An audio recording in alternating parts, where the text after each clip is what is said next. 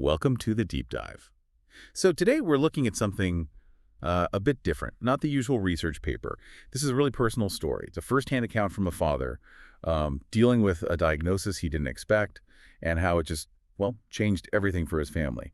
Our goal here is to really unpack what's going on in this narrative, themes of neurodivergence, family stuff, and also how vulnerability can actually lead to surprising strength. Exactly. And I think for you, the listener, this is a chance to get some real insight. How something like a personal diagnosis can just echo through your whole life, your career, how you parent. It's a really powerful look at what advocating for yourself and your kids actually means, especially when something this big drops into your life. Okay, so let's get into it. The core of this story, it really kicks off with this moment where the father, he's 49, and he just breaks down crying in front of his oldest daughter. First time ever. And this happens right after he gets diagnosed. It's ADHD and autism spectrum disorder, ASD. What's interesting is he kind of suspected the ADHD. He has a psychology background. But the ASD diagnosis, that was stronger. And a total surprise. Yeah, and what's really fascinating is how that diagnosis suddenly becomes this lens, right? It helps him understand all these past struggles. He talks about, changing jobs a lot, feeling like he was chased out, and interview problems, talking too much, maybe not quite getting what the question really was. Suddenly, these aren't just random failures. They connect back to these traits he never knew he had. Right. That connection, that understanding, it must have been huge. But it also led to some immediate problems professionally. He tells his supervisor about the diagnosis, thinking maybe it explains some things. But then his trial period contract isn't renewed. And after that, lots of job interviews. But no luck. Same reasons kept coming up, he felt. Just imagine that. Finally understanding maybe why you struggled, but then that understanding creates new, immediate obstacles. It's a lot to take in. But almost immediately, his focus shifts. It's less about his own struggles and more about, well, his daughters. That becomes his main concern after the diagnosis. It's because, there's a high chance they might inherit these traits too. It flips his perspective. Yeah, he mentioned something really common. Lots of parents only get diagnosed with, say, ADHD after their child does. It's like the kid's diagnosis shines a light back on the parent. And he noticed things in his daughters. He felt the signs in girls can be kind of quiet, easy to miss. But because he has the condition, he felt he could see them really clearly. And that realization, wow, it just completely changed how he thought about parenting. He had his daughters later in life after 40. And he had this thought, maybe a bit morbid, but like he might not be around when they're older and facing challenges related to this stuff. So he decided, okay, forget everything else. I need to focus all my energy on their strengths now. Equip them early. And that wasn't just talk. He made some really practical changes, like no pressure about school grades. Instead, it was all about encouraging what they genuinely liked and, crucially, what they stuck with.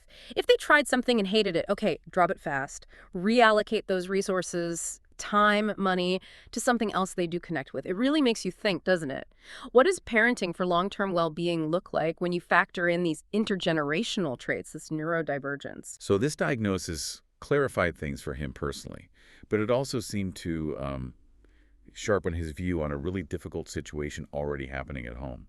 He talks about his wife scolding at the kids. He calls it excessive, even emotional abuse. Says it goes way beyond scolding. Makes a pretty strong claim, actually. Says that in the U.S., that kind of behavior would bring in social workers. Yeah, he definitely doesn't mince words there. And he says he's been trying to step in for a while, ever since his older daughter started kindergarten. But when he protected the kids, he says his wife's anger just turned on him. She felt like he was undermining her dignity. Did he share, specific examples of what was happening during those conflicts? Oh, yeah. The source is very specific and honestly pretty harrowing. He describes his daughters crying as desperate. He talks about the mother pulling her hair, pushing her head, kicking her, even pushing her head down onto the couch. And he describes physically getting between them, literally putting his body there, and then taking, verbal abuse, but also punches, kicks from his wife. He mentions a slap that sent his glasses flying, all while he's just trying to shield the child silently. Oh, wow. That's intense.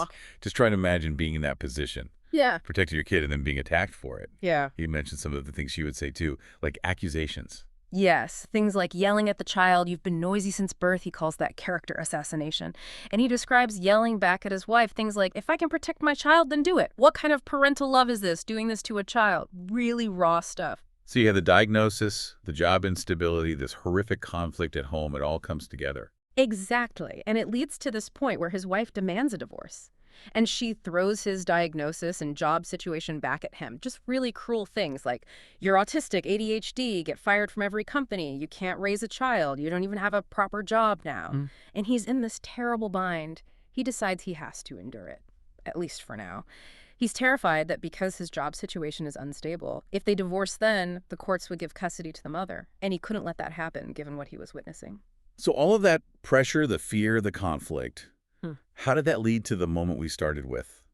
The crying in front of his daughter. Well, it all culminates in that breakdown. He finally just lets go in front of his eldest daughter. He's apologizing to her, telling her how scared he is about, well, dying, basically, given his age when she was born.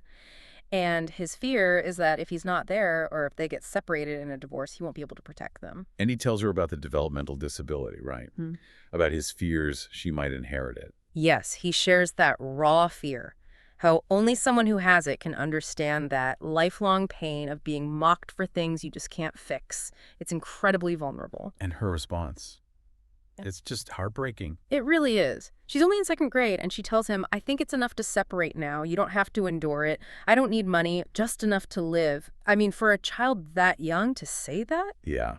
He says hearing those words from her just broke him. That's when the uncontrollable crying started. He feels so much regret, so much shame. He even recounts saying things like, I didn't want to be born like this either. I never thought I was born just to feel this much regret. And that if he'd known as a child he had a developmental disability and that it was hereditary, he would have chosen to live alone. Just devastating honesty. And what's really striking is he contrasts this with his past. He mentions living in America, facing hard times, feeling unloved even, but he never cried. He always saw himself as mentally tough. But his daughters, he says, they changed his emotional nature, his priorities. They made him vulnerable in a way he'd never been before. They opened up this capacity for raw emotion. It's such a journey of pain, but then he says something kind of amazing, doesn't he? Despite everything.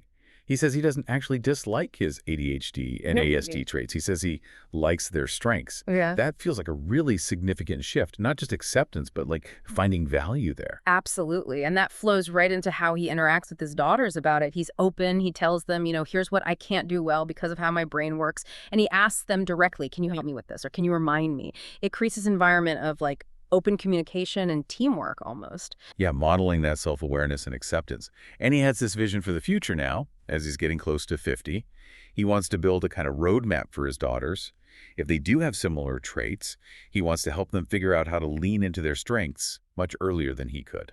Right.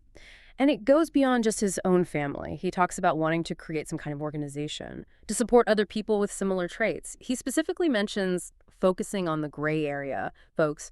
People who might be struggling significantly but don't have a formal diagnosis, or maybe they can't disclose it. He feels they might suffer even more because it's all hidden. And he even thinks about how to fund it. His idea is maybe consulting for companies, helping them support neurodivergent employees better, rather than charging the individuals seeking help, trying to make it accessible. Wow. So we've really traced this incredible arc from the shock of that late diagnosis through these really intense family struggles, and then landing in this place of finding, strength and even a mission in his vulnerabilities. Yeah, I think the key takeaways here are pretty profound. Just how much understanding your own neurodivergence can change things, the incredible courage it takes to protect your kids in really difficult situations, and then that amazing ability to turn personal struggle into something bigger, something that helps others. Absolutely. So as we wrap up this deep dive, thinking about this father's story, the intergenerational aspect, the family dynamics, it leaves us with a question for you to consider. When we stop trying to force ourselves or our loved ones into these predefined molds, and instead openly acknowledge and maybe even embrace our unique ways of thinking and being, what new strengths, what unexpected pathways might open up for us? Something to think about.